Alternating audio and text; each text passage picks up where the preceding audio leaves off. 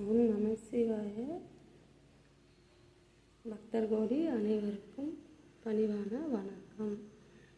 நம்ம மனதில் துன்பம் இல்லாமல் இருக்க வேண்டும் என்றால் நம்ம என்ன செய்ய வேண்டும்? நம் மனதை நாம் எப்படி இருக்கிறோம் என்று நாம் புரிந்து கொள்ள வேண்டும்.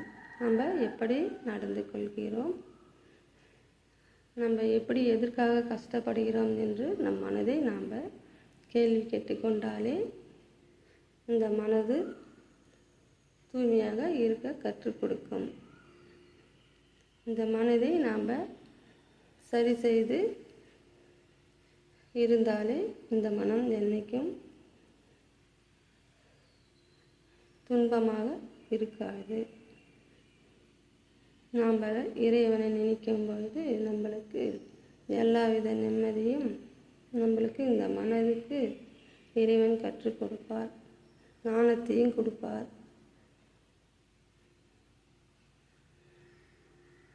தொல்லை இல்லாமல் இருக்கவும் கற்றுக் கொடுப்பார். போதென்ற எண்ணத்தையும் நம்மளுக்கு மனதில் கற்றுக் கொடுப்பார். நம்ம ஒரு விஷயமும் இறைவனை புரிந்து கொள்ள வேண்டும். அதன்படி நம்ம செயல்பட்டாலே இறைவனை கூர்மையான சிந்தனையும் ஆரோக்கியமான எண்ணங்களையும் நம்ம வளர்த்து கொண்டாலே நம் மனதில் ஆனந்தம் கண்டிப்பாக நிச்சயமாக இறைவன் கொடுப்பார். துன்பம் இல்லாமல் மனதை நாம் வைத்து கொண்டால் நம்மளுக்கு பேரானந்தம் கிடைக்கும். இந்த மனதை எப்படி நம்ம சரி செய்து கொள்ள வேண்டும் என்றால், சின்ன விஷயங்களுக்கெல்லாம் நம்ம கவலைப்படக்கூடாது. நம்ம என்ன செய்யணும்? இந்த மனதை இந்த சின்ன விஷயத்துக்காக நம்ம ஏன் கஷ்டப்படுகிறோம் என்று இந்த மனதை நிறைய தடவை கேள்வி கேட்க வேண்டும்.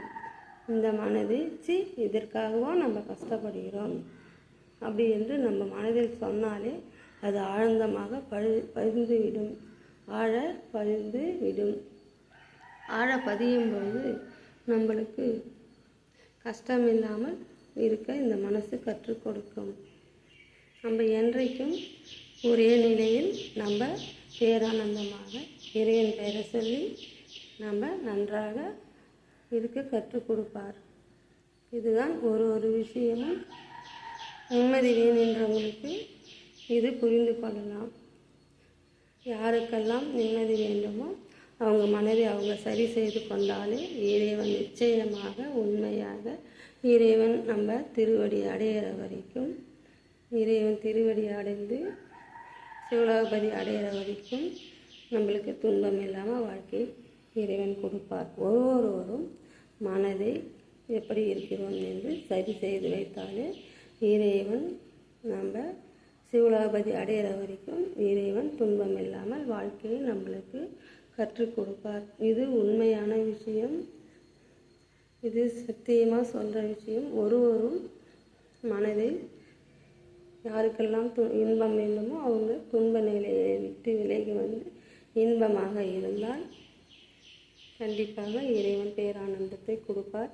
சில பேர் எப்படி இருப்பாங்க, மனசு என்று இன்பம் கிடைக்கும் என்று தெரியாது, இன்பமாக இருக்க வேண்டும் என்பதற்கு இறைவன் பெயரை சொல்லி நம்ம மனதை சரி செய்து கொண்டு இருந்தாலே பேரானந்தம் கிடைக்கும். ஓம் நம சிவாய.